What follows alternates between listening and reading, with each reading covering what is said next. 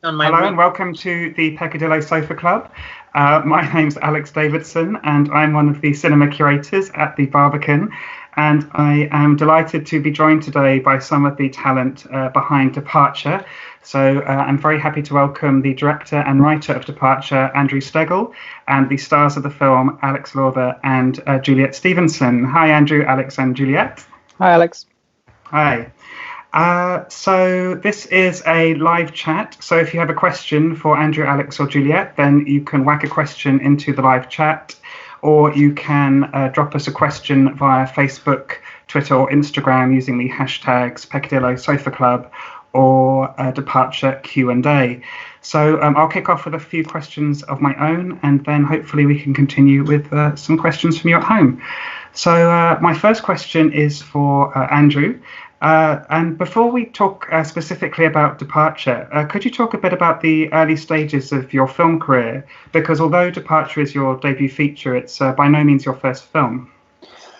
No, I started as an actor and then a theatre and opera director, and then I dated a cinematographer. And through that relationship and the opportunity that sort of came up through knowing him and through the film school in London, there was an opportunity to write a short film, which I had always wanted to write. And so I worked on a short film based on one of Shakespeare's sonnets and an immigration story of two Iraqi men wanting to come to Britain, and wrote it. And then that project actually all fell apart. But because it had come from the film school, there was the sort of the possibility to make the film with and borrow the support of the film school. So I just thought, let's have a go, and made my first short, To the Marriage of True Minds, and loved everything about the process. And then went on and made another 3 short films, which were by no means a replacement for film training, but were how I took sort of storytelling sort of experience from theatre and opera and then translated that to film as best I could. And during the course of actually all of those films, I was working on the idea for Departure. So I think I had the idea of Departure kind of as soon as I'd shot the first, but then went on to shoot the next 3 and worked very slowly on the script and trying to basically get to Juliet and Alex through various contorted paths. Well, that leads me on to my next question. Actually, is that how did you first come to cast Alex and Juliet in the film? So they were just sort of sitting outside a theatre, kind of with little notices saying, "We'll work for coins." I thought, if not me, who? Perfectly in about 2 weeks' time. I mean, go on. So I knew of Juliet, but didn't know her. And then I was thinking about who it could be. And then there's a theatre director who ran a theatre in London who knew her very well and who just sort of put her name into my head. And it became immediately obvious that was right. And it's often the case. You have a sort of random list of people and then somebody says some name and you go, well, of course, that's it. And so and Juliet was quite late in a way in the process, and we met. Juliet read it and agreed to meet, but Juliet's schedule is always quite dense, both with theatre work, film work, and an awful lot of charity and outreach and political work. So she slotted me in at about midnight, and I ran up to her house, and she, as I arrived, she was hauling children and groceries and into the house, having been somewhere else. And we sat down, and this is absolutely true. And she said, "I don't want anybody else to play the part." To which I sort of hesitated a moment and thought that was good news, and it was.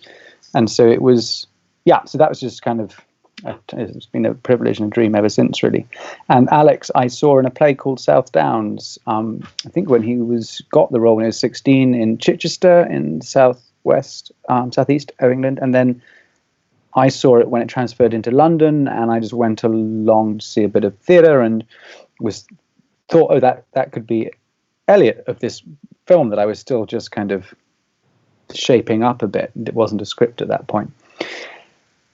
So I loitered at the stage door, and as he came out, said, "Oh, hi, I've got a script." And as you would expect, his mother put her arm rather protectively around him and sort of tried to walk him up the road. And I said, I'll send it to you. And then that was that. And then I kind of finished the script and managed to raise a little bit of the necessary money, and then went on a kind of casting route that led me through various different avenues before sort of coming back to Alex. And we then met down in his hometown. He was about to go and shoot X+Y. And so to meet him, I had to head down, and he met me at the train station, and he was sitting there in a duffel coat reading something very Eliot-like, which is his character. And we went for a bit of a walk, and I think you'd sent a tape. You'd sent a bit of the text to me as a recorded tape. Is that right? That came after, actually. I did that when I was... And then we went, sat on a bench, and we'd read a couple of scenes. And then I found out recently, or you found out, or we both found out, that actually your mum, having dropped you off, then waited in the car and kind of followed us as we went down to this bit of wasteland and sat on a bench by a reservoir. And she, sort of seeing that we were maintaining a kind of coronavirus appropriate distance, this was several years ago, did a lot. I wanted to actually, so after being cast in the film, I wanted to ask both Alex and Juliet this question. I'll ask Juliet first. Is you and Alex have such a fantastic rapport in the film. You really buy the mother-son relationship from the second they're on screen together. Did you both work closely together to establish that very easy, relaxed family relationship? Or did you use workshops? How did you work together? Well, I agree with you. I mean, I think we first met. Andrew cast Alex long before he cast me. I mean, I don't know how many actors turned it down. I mean, it's interesting to hear the version I gave you, but anyway, no, I'm joking. I was quite late in the process, and so by the time I was cast, I was too. I remember being sent a document with all these other young men's faces on who he'd already cast as Elliot. They were my mood board. You just didn't make it to the mood board. That's fine. I said yes to it. I just want to say, because when I went to meet, he came to my house, and I wasn't, and then I went to his house, and he lived quite a different part of London to me, and I drove. I just want to tell this story, and I said yes to this part for two reasons. One of which is that I was always slightly late, and I have trouble parking. I don't drive anymore. I use public transport, but I drove, and he rang me up and said, "I'm standing in a parking bay, and however long you take to come here, I will not move from this parking bay. I'm keeping it for you." And I thought, well, that's 50% of what I want from a director. We'll stand in a parking bay and keep it for you. And then when I arrived, there he was in this beautiful parking bay, kept clear for me, so I was already kind of half in love with him. Then he got out of the way. I parked my car, and then I couldn't find him. And I thought, well, where's he gone? That really sweet guy who's got this. And then I saw that he'd shinned all the way up a lamppost. Right. He had shinned entirely up a lamppost, and he was clinging to the lamp at the top with his arms and legs wrapped around it like a little, And I thought, okay, I'm on. I don't care about the script or the cast or anything. I just have to work with you because you're just adorable. Nice. Anyway, but seriously, to get back to your question. It was the lamppost I wanted to play the role.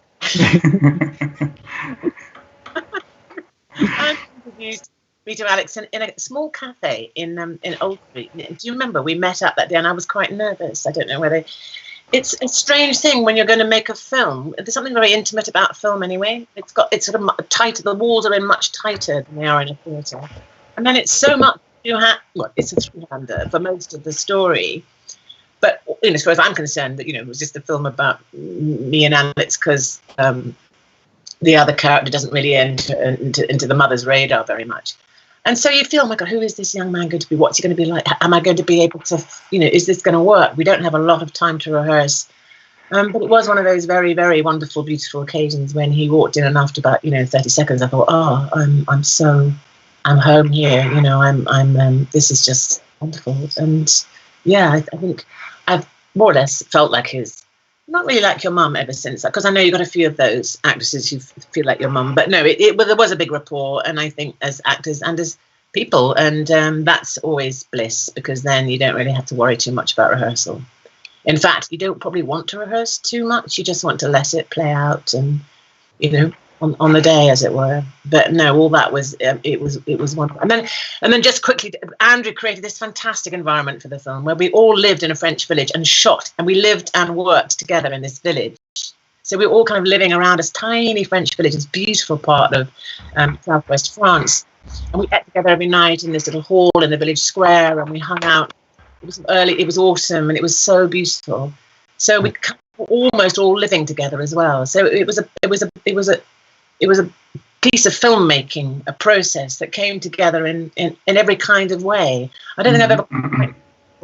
There was no sort of going back to your hotel at night. It was like a community formed around the play of every single department, every dresser, and so what we lacked in rehearsal time, I think, we made up for it in the whole environment, the working environment and the living environment of the film. It was really, really special. And one question, so what's I wanted to ask Alex about the film and how it kind of fits in with your film career, because this was one of your very earliest film roles, but since departure you've appeared in numerous films with lead roles in Freak Show and Old Boys, and also in hugely successful TV series like Howard's End and The End of the Fucking World. What was it that first attracted you to the role of Elliot in Departure?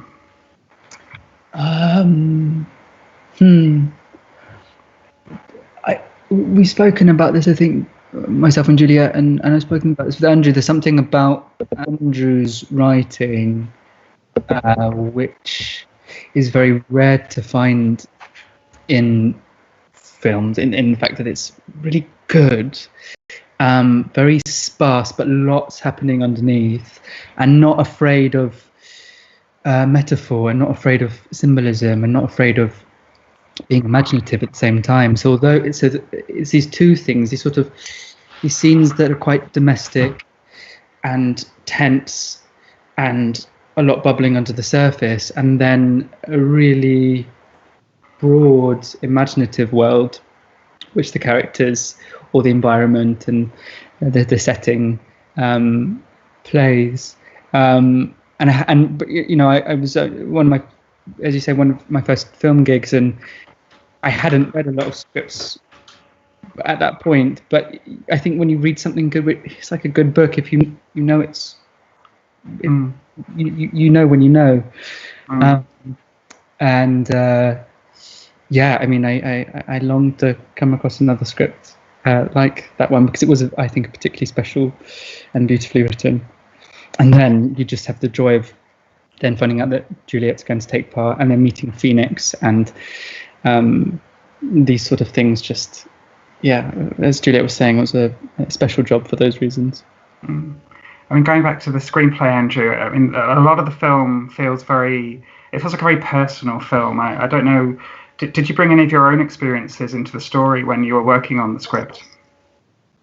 I think like all first novels, it's all kind of, what else have you got, right? It's you don't know anything, so it's full of my GCSE English Lit, my A-level history, my family's worst moments and best moments, and then a sort of imaginative interior life that's kind of, I don't know who to blame for, but kind of comes from teachers and bits of the landscape I've kind of climbed around in, and I've always been interested in old bits of ruin. And if I was anywhere as a child and I found a broken down car in a forest, I'd just have to get in it, and I'd also find it erotic and strange and provocative. And if I had sort of teachers who kind of made me feel about water that it was redolent of images and of change. And then oddly, all through my life, there was relationships seemed to begin and end by the Thames or by the Avon in the West Country where I come from, and so it seemed to sort of fulfill what I'd learned in kind of GCSE English about Shakespeare and the Tempest, and the idea that water kind of washes you and changes you, and it didn't seem to be these sort of Freudian symbols of walls, and walls as death and water as sex and forests as wonder and life and your path through life. And the animal as a sense of your relationship to the stranger. And this is all kind of like sort of the Ladybird book of Freud, but it just seemed to it's provocative and resonant to me. So there's all of that which is sort of from me, except that it's sort of from an interior life. And then my journey in my sexuality and my falling in love, and the house where we shot the film belonged to some friends, and I was lucky enough to spend time there. And it was when I was at that house that I thought I could translate some of my life, none of which took place in anywhere quite as exotic as that. But then if I could translate my sort of French holidays that I'd have each summer, sort of a week or two, usually in a very remote gîte, with all of us kids, three of us kids going, why can't we go to Disneyland? But there we were. And so I sort of translated that into the idea of a home, and I thought the home is a metaphor for wanting to change your life. And then when you're making your first film and you've got not a lot of resources, and you think, well, what have I got? And this house became a thing that was at least one thing that wasn't going to change. You might find an actor and lose the actor. You might find some money and lose it. You might find a costume designer who then gets another job. But I felt hold on to this landscape. So the landscape provoked the film. So in that way, it's autobiographical because it's the landscape I knew. I have a gay father. I am gay. I had young romances that were deeply lopsided. And I wrote Departure, and Eliot writes Departure. The whole of Departure is in Eliot's notebook. Eliot painted some of the house. It's the kind of relationship between Eliot as a sort of imaginative force in the film, turning his mother into how he perceives her, and turning himself into a little soldier and a wanderer and a flaneur and a Thoreau in the landscape, and then also a sort of, and of course all the narcissism that comes with that is my narcissism and Eliot's. And so I guess the answer to that question is it's a bit autobiographical. Thank you. We have some audience questions coming in, and some fans of the film. A couple of the earliest questions both ask about a potential for a sequel. So Enjoy Ice says, hi there, I wonder if there's any chance to film a second one like Meet You in Paris.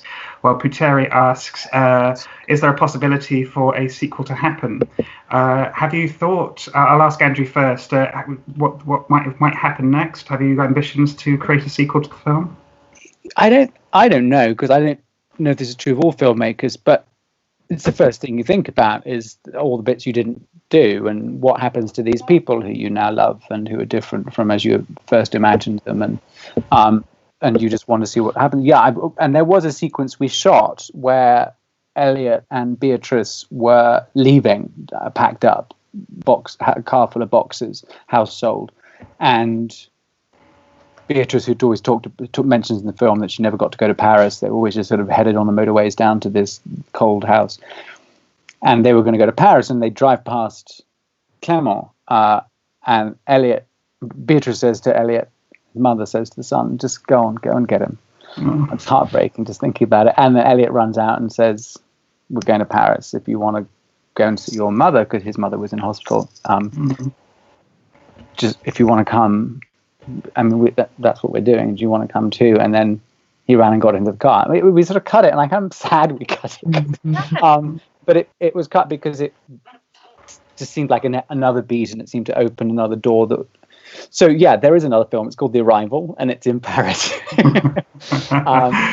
Though in a funny way, I'm working on a film that is set in Paris and is about mothers and sons again, and it's not a sequel, but it's perhaps a continuation of a limited number of themes that turn around in my head, I guess. Thank you. On a similar note, Charlie asks, and I'm going to ask this one to Alex and Juliet, what do you think? Where do you think each of your characters are today, and what are they doing? I'll start with Alex.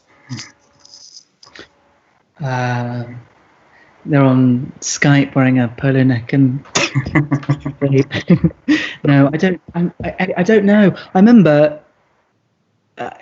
Juliet, maybe I'm going to steal the words out of your mouth. I remember this question was asked to us at a Q&A before, and you answered the question really well, that almost don't think about what happens next. The story, I don't know if you still feel the same way, Juliet, but I sort of kept that in my mind, that it sort of exists within those parameters, and then I don't know. I haven't thought about you let the person go when you finish that part of the story. So sorry, a rubbish answer. I'm not really sure where Elliot would be right now. Probably, hopefully, writing and with some lovely French bloke, and hopefully patch things up with Beatrice, because that relationship is there's so much to unpack there. I'm actually going to ask Juliet a slightly different question on the same theme for the variety of it, because Sim asks, if your character was in lockdown, how do you think they would be spending their time? I quite like that question. What do you think? What's Beatrice up to in lockdown? Well, I'm fascinated by Alex's answer, because, of course, in my head I thought, okay, I can come up with this. No, I think Beatrice's role is not in the centre of the film, and nor should it be, but she's a woman who, the whole metaphor of her closing up her house during the departure is, I hope, not a metaphor for her life, that her marriage is over, they're selling this beautiful house, which was full of potential and possibility, never quite realised, and they're selling it, packing it up, and she's taking things down and going into boxes. And I hope that's not a sort of metaphor for somebody whose life is coming to an end as her young son's is just opening up and beginning. I hope it's not. And I hope that to answer both those questions, that maybe she's living with some glorious woman in, I don't know, New Zealand, where they've got a great woman prime minister. She's writing as well, or she's, I don't know, designing gardens, or she's become a midwife, or I don't know, any of my sort of, alternative careers that I'd like to be a midwife when I'm fed up with acting, or it's fed up with me. That's what I'd like for her. But the more truthful answer is Alex's. To be honest, because it's absolutely true that while you're playing somebody, I always think the clue, I've come after 40 years of working to think that the way to play somebody is all you have to do, but it's a lot, but it's all you have to do, is to fill in every morsel of their back history to the point where the film begins or the play begins.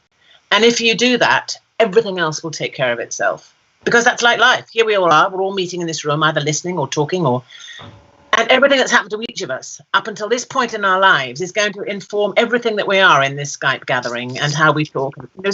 So, I mean, if you can't ever do that with a character in as much detail as you can in your life. But that's my sort of become a bit of a motto of mine. So I think you think about the character's past and then you play their present in the moment.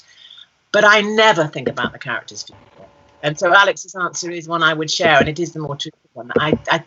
She evaporated the day after we shot it. But for women in her position, in middle age, poured everything into their children, whose lives had been sexual adventures starting to start. I would hope that there'd be a whole other narrative, as neither a mother nor a wife, certainly not a rejected wife, partner, whereby she moves on to another very rich 30 or 40 years of life on this planet. Thank you very much. I think when Beatrice is packing up the house, she's packing up a burden, and in order to be able to let it go. So I like to think that whatever the future is for Beatrice, it's a future that isn't burdened by the feeling that she's having to carry this building as a sort of some kind of morgue, as a sort of totem of her normal life, that she's now free not to carry all of that bourgeois kind of baggage.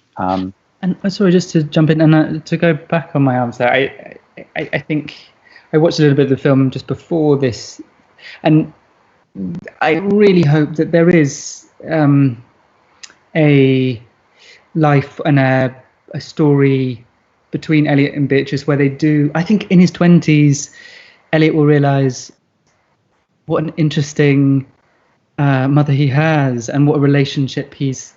I don't know. I just feel like we get to the point where there's room for that relationship to sort of learn to how to fix itself at the end of the film, when they're sitting outside after all of the chaos of the film has passed. So sorry, just to jump in, I think if there's an unfilmed moment in the film when Elliot comes back home and they're having fish, which is quite funny because Alex doesn't eat fish. Alex is allergic to fish. Is that right? Yeah. And so we did the shot where you were eating the potatoes before getting to the fish, and I kept forgetting to say cut before the fork got to your mouth.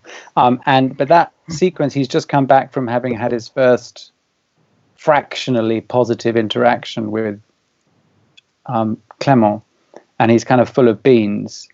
And he should have just walked in and hugged Beatrice, and Beatrice, who's got so used to his withdrawn nature, should have just not known how to react, and then it should have missed. That's because then the hand holding at the end, I was so keen to preserve no physical contact between them so that the hand holding would have resonance. But I could have put that beat in, and I would like to put that in, because I think that also indicates that there's this huge love and tenderness. And just one other point is that if I ever get to make this film set in Paris, which is a different group of characters on a different story, but set in the contemporary time now, I think it would be amazing if Alex and Juliet were free, and the camera could just move along the characters of the story that I'm filming, and Beatrice and Elliot are having a coffee at a French cafe, having gone there again on holiday. And I mean, I would love that. I think Alex is going to have to be extra in his next movie. And basically want Juliet to be an extra. I mean, in a couple of years' time, I might be grateful. Thanks very much. The next question is from Iman, and who asks, was the film inspired in any way by the book Call Me By Your Name?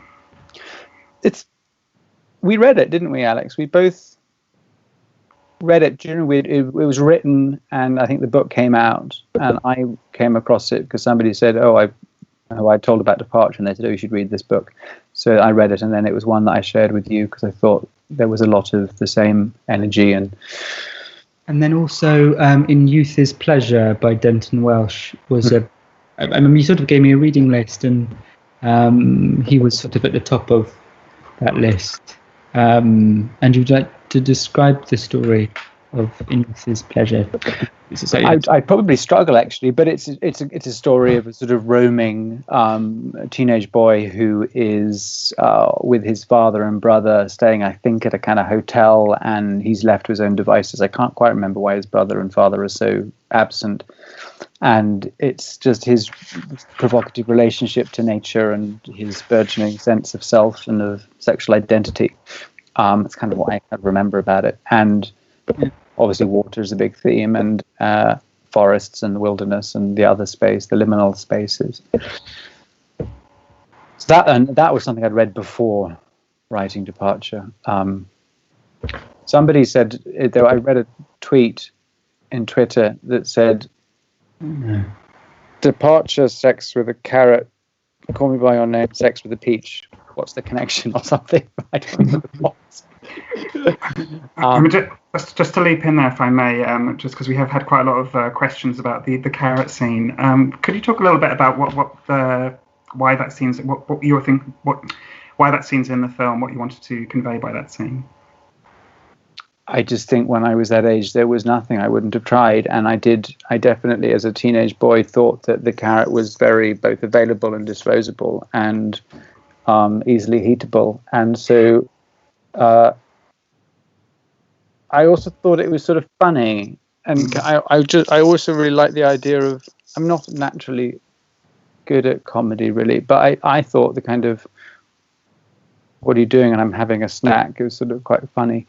But so I don't know if everybody's the same. I just sort of you can't try and be like everybody else, right, in life or in making, I don't want to say art, but making telling a story. You just got to be personal, and so it's an experience that I knew, and so I thought, well, probably everybody's got some version of it, whatever it is.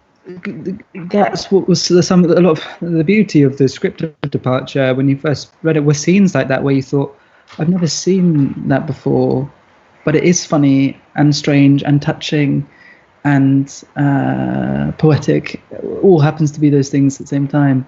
And to thank goodness you put that stuff in. I mean, I think as a young gay man, the kind of fixation with the notion of your anus as a point of sexual experience that is just foreign to you at a certain point, and then gradually you become more and more aware of it through pornography, through stories, through jokes, through comments in the playground, and you go, well, what is that about? How do I act? What does that mean? What do you do, right? So I think it's really, I think it's really terrific, the films, the fact scenes in the film, actually, because I think I've seen so many, hundreds of coming out films or films about gay teenagers, but they never really explore the kind of otherworldliness of teenage sexuality. In fact, it reminded me a little bit of a Catherine Breillat film she did called A Real Young Girl, Une Vraie Jeune Fille, in which a girl, teenager, goes into this kind of slightly crazy world of experimentation, but it's a very, however outlandish it might seem to the viewer, it's actually a very real depiction, I think, of how teenagers explore their sexuality.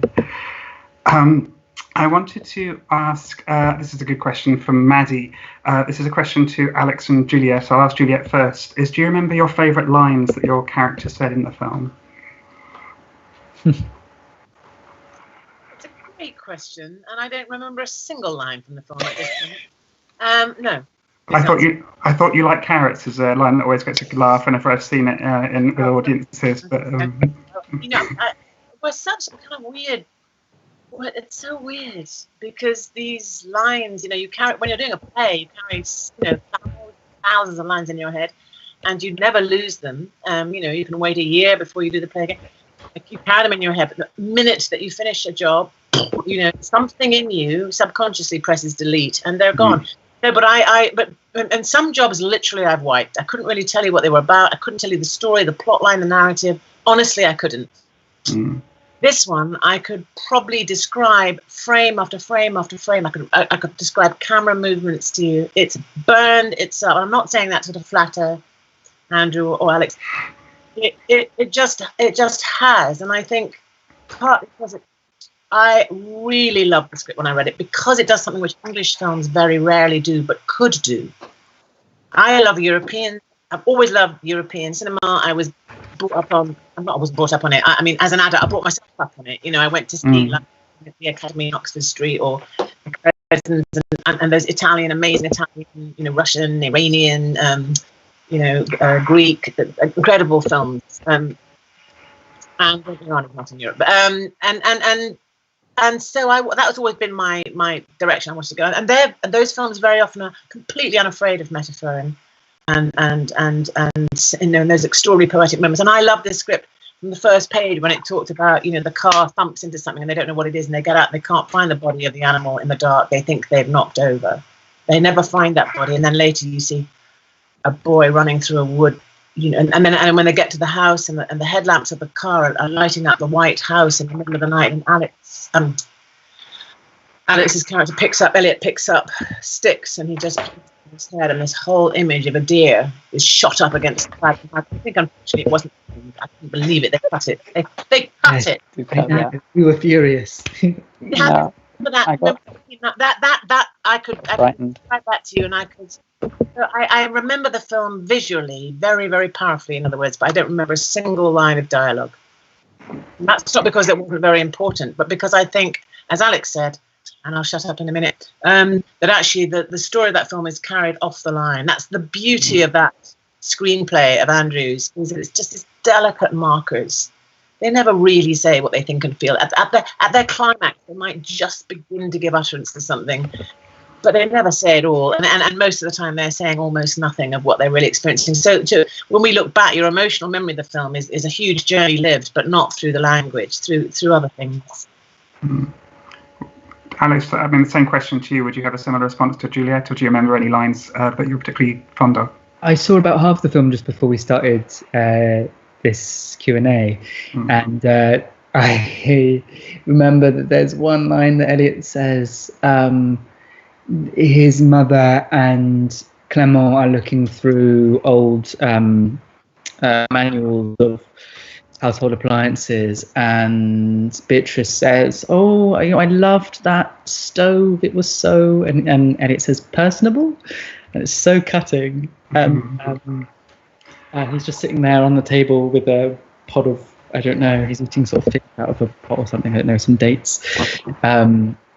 and it made me really laugh, which I shouldn't say because I was making myself laugh, but I was laughing at just these two people that so want to connect, either with Clement or with each other, and just at every opportunity cutting into each other. It's just something quite morosely funny about. I think the whole film could have been done in the sequence when Beatrice is in the bath and she really wants to speak to Elliot, but she's under a certain amount of emotional duress, and Elliot finally wants to speak to her, but they mishear each other, and then he's so used to being able to go into the bathroom. He was a child, you can come into the bathroom, but now suddenly after whatever it is, a few years, 2-3 years, he taps on the bathroom door again and finds it's locked and expects to be let in as a child, and she doesn't. So he goes, realizing he's no longer a child, and then she unlocks the door and all she thinks is, well, he's given up on me. And that, I mean, that's kind of the whole film, really. Yeah, no. And I don't think anybody says anything. I think Elliot says "Mum," and she says yes, and you say "You're right," and she says "Yeah," and then that's it. One of the really beautiful things about the film, I was thinking, middle years, a bit more than that. It's so rare. It's incredibly rare. Trust me, to find a script where mother is understood from the inside. So she's represented in the film, not just as most people would have written a script about a young boy, a teenage boy, meeting another boy in this French village. And the mother would have been a character who was sort of, just sort of faintly sort of irrelevant or marginal or, slightly repressive or perhaps a bit pathetic. Or she may have been a very nice mother, but she would have been she would have been there stereotypically, even with a good writer. And what's so exquisite about this script that struck me right first time I read it and all the way through the filming was that I think Andrew understood that woman so profoundly and understood her just as much as he understood Elliot, actually. And so that even in her silence and her repression and her sense of her own failures as a partner and perhaps as a mother and all those things, there's always a sense of a teeming other life, and in those, it's very exquisitely portrayed through this delicate script, and that's so unusual that the rest of the world wouldn't even notice is given up on. A woman of no particular anything, not particularly beautiful, not particularly anything. Her kid doesn't really need her anymore very much. She thinks her marriage is, but actually there's a whole. I'm very, very grateful for that. You're both being very, very nice about the script, but I always saw it as a love story between Elliot and Beatrice, in which Clement was the necessary stimulus to cause them finally to begin to possibly recognize that there was something possibly fractionally relatable between each other. That's as far as I'm prepared to go. It's a love story between. That's why it begins with them and it ends with them. I mean, if it was about Elliot and Clement, it would probably end with them, but it doesn't. It ends with. One scene Juliet mentioned in her response, which we've had a few questions about Andrew. I'll pick the question from Mariolina Castellaneta, who asks about the deer scene, and they ask, could the missing deer in the woods be interpreted as the three main characters' impossible desires to achieve? What was the overall interpretation of it, if there was one? Okay, so this is complicated to answer, not because it's complicated, but because there's a mixture here of a filmmaker's ambition, timidity on the part of the filmmaker, not fully realized, and then also potentially numinous and interesting poetry. And it exists somewhere between all of these things. I felt that I was interested in Eliot's childhood and a version of innocence being expressed as an animal and expressed as a sense, and that there's something could break and something could die. I don't know that they did hit a deer. I think Eliot becomes obsessed with the idea that they've committed a crime, that there's this death underscoring, which is also part of his kind of obnoxiousness and his sense of self-importance is the sense that they've done something poetic and terrible, which haunts him, but he wants to haunt him. And then he probably perceives himself as the deer. He perceives himself, his sort of wounded child, as the deer. So and then there were sequences in which I had imagined sort of going maybe further with that, and there was a sequence where he was cradling a real dead deer in the river, and then that turned into a pigeon in the forest, and then Clement holds Elliot with the arrows in his back, and then a little bit like no other way to compare the film to Usual Suspects. There's a moment where Elliot's father is looking finally, and the only way he can access his son is to look at all the clues his son's left, which are on his bedroom wall where you would expect to find them, and all of the images of the film are part of his interior life, and they come from postcards he's picked up and scraps he's found, and so it's San Sebastian, it's Christ as the deer, so all of that stuff is on the board. It's all just there, and it's all gone into Elliot's notebook, and then it came out of Elliot's notebook as a film, and then somehow he was able to turn it into a film. So I'm kind of reluctant to kind of turn. There's the Russian filmmaker who just says never use symbols, and I think that's really good. One thing shouldn't equal another, right? Otherwise, you're just sort of playing games with whether or not your audience have recognized the symbol. But I think things can be expressive. So I suppose the deer for Elliot and for me and for some viewers, but not for others, is expressive of a sense of something wild and untamed and something innocent and to do with nature and so if it expresses something, then that's fine. And water shouldn't symbolize sex, but it's expressive of something freedom-based. And of course, the symbols and what they express to us are consequent to their having built up a certain history of meaning. The baptism, the water is death, of drowning, of being clean, of washed, of having a shower every morning. So these aren't symbols or signs. They're hopefully expressive. I'm reluctant to pin that down. Thank you. One thing, another person, Stephanie, also asked about the deer, so I won't repeat the question, but I did want to read the comment. Stephanie writes, first of all, I want to thank Andrew Steggall for writing and directing such a beautiful film. Also, all the cast, especially Juliet Stevenson and Alex Lawther, who conveyed the emotions perfectly. So I just wanted to read that out because I thought it was a really good comment. Thank you. The next question I wanted to ask is from Rooftop Sunrise, which is directed at both Alex and Juliet, which is how did the place the movie is set inform your acting? But before I ask the question, you answer the question, Andrew, where was it filmed exactly? It's filmed down in an area of France called the Languedoc. So it's South France, but if you say South of France, the images of the Mediterranean and Provence and quite glamorous places. And this is what's called the pauvre ode, the poor ode. It's the sort of like it's somewhere between the Atlantic and the Mediterranean, opposite the Pyrenees, when you can see the Pyrenees from one of the hills. Thank you. So Alex, do you want to answer that question? How did the environment inform your acting, or perhaps inspire the character and the way you interpreted him? Yeah, it's an amazing thing that you get to. I think we shot for 4 weeks, 20 days maybe, and sort of no rehearsal. Juliet and I met in this cafe in East London. I was very, very nervous. And then the next time that I met Juliet, I think was probably on set, getting into costume or something.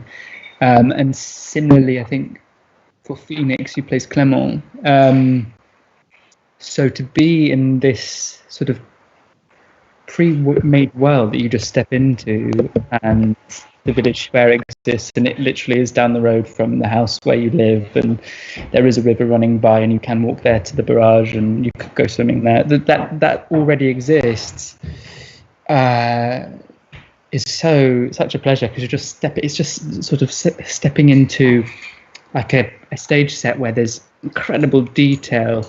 It's all been, you open a letter and the writing's already there, so your imagination can focus on other things, which is the person in front of you, and enjoying and playing that relationship, because it does, the space that you're in feeds that and leads you to make some choices other than others, sort of quite mysteriously, perhaps sometimes. Yeah, I mean, it's very rare. Normally, you would shoot the house in one part of the country, and then the next location, which would be the river, would be 4 hours down, down south or up north, and you'd spend most of the day in a car driving there, But the fact that this thing existed in its own little bubble, I think, sped up a lot of the relationships. I lived in the same house as Phoenix and one of the producers, but Phoenix and I were having breakfast together every morning. So the scenes that aren't on the page of, Elliot and Clement just chatting about, their favorite subjects at school, I don't know, but the sort of the day-to-day business that in rehearsal you might explore was sort of allowed to be explored because of how condensed the environment was. So, long answer to a short question. It created a very special sort of atmosphere to making the film, I think. And you'd kind of half decorated and designed the bedroom, the Elliot's bedroom, and you went and slept in the house for a couple of nights when it was deserted for the crew, wasn't it? I wanted to, but I think there was a problem. Didn't you stay one night because it was freezing? I did, yeah. And then I think the producers were like, he can't stay there. There's no heating, or the fire. There's nothing there, and there's no. And I said it'll be fine. Just leave him. It's fine. He can sleep in Elliot's bed, and he. That's such a gift. I mean, and none of these things are so controlled, and actors aren't allowed to stay in a house because it's too cold. And when you just want to explore, and you're given that time when when it is all so close together and it does all exist sort of in that close proximity, it's very easy to just forget about yourself and think more about the characters that you're playing. Juliet, do you have anything to add? I mean, it's it's very frustrating being filmmakers in England, because we have absolutely everything it takes to make film. And I was just thinking when you were all talking, that immersion that Alex is talking about, that normally there's lots of things. I mean, and Andrew's, first of all, writing, he's written this film with that landscape in his head, because he knows that landscape. He knows the house, he knows the barrage, the dam, he knows the woodland, the woods, he knows the paths between one place and another, he knows the village. He knows it. Then he writes. So he's all writing. He's writing from what he knows, and then we go and make the film there.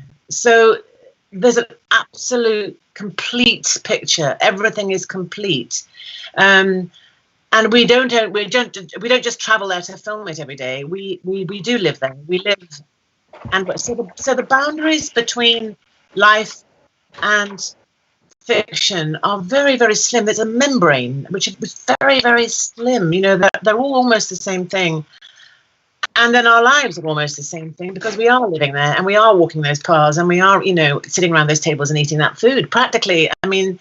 So the normal way of making film, as Alex has described, is, the writer writes something and then people spend months trying to find bits of those places. One bedroom is over in South London. The garden is, 4 hours drive out of, and the pathways in Wales. I mean, you're putting these, cinematically, these places are put together and they look like a community but they're not. They're just fragments, and everything is fragmented. And you shoot one tiny bit of a scene there in Wales on Thursday, and you shoot the next bit of the scene in Manchester the following Tuesday. And, somebody puts it together, and that's the skill that we all have to pretend but it's not. It's a whole dislocated fragments. This film was made from one imagination, written and directed by the same person. That's a huge gift. A few times in my life I've had that experience, and it's always amazing, because there is no separation between the director's imagination and what he's written, and then we're actually in that place. So immersion is complete. So as Alex said, all you then have to do as an actor is just be with each other. That's all you have to do. On stage, when I think about it in comparison, you've got so much work to do. You're going out, you've got to imagine everything. Nothing's really there. And if it's there, it's not really real. That wall isn't actually a wall. And if you thump it, it won't sound like a wall. It'll sound hollow, and you can't do that. And then there's a whole lot, there's 800 people out there, and you've got to pretend they're not here. And I mean, I love the stage passionately, but it's a huge emotional and imaginative endowment to make yourself believe you are. But in this film, we literally just slid into an environment that was there. And then it's immensely liberating. And also it feeds you all the time. You can't know what you're going to play until you get there, and that landscape tells you things, and you just what I mean. It all merges into one experience. It was really rare that I haven't really ever known that before or since. But Ingmar Bergman, interestingly, used to think that way. He had an island off the coast of Sweden, and his company, he would make them come and live on the island together for ages, for months before filming. And they'd become like a huge family together. They'd eat and they'd walk and they'd drink and they'd think and then eventually they'd get around to filming. And it was in that landscape, it was the landscape he wrote was the landscape he knew, and they all lived together and they made these extraordinary films and that is an ideal of mine that I would love to see happen more. And there are so many ways of making a film, and we always tend to use the same method. This film was made differently, and it's nice for the Beatrice character, of course, because it was her home, so it's the home that she had made. So to be able to just live there and shoot there, and when you're not shooting, when you're all the hours that you don't spend shooting, the cameras are being moved around, or lunch break is happening, and you've wandered back to the house from the tent at the end of the field, and actually just sit at your own house, the house that your character owns. So exactly. That's probably quite sort of And the house was the real house. I mean, it's very rare again. Normally you shoot in the kitchen, and then you walk out, and then you walk out onto the North Circular Road or something, and then the actual road is somewhere else, as I've said. So there was a completeness about it, which was very. It just does a lot of the work for you. Actually, it feeds you. Thank you.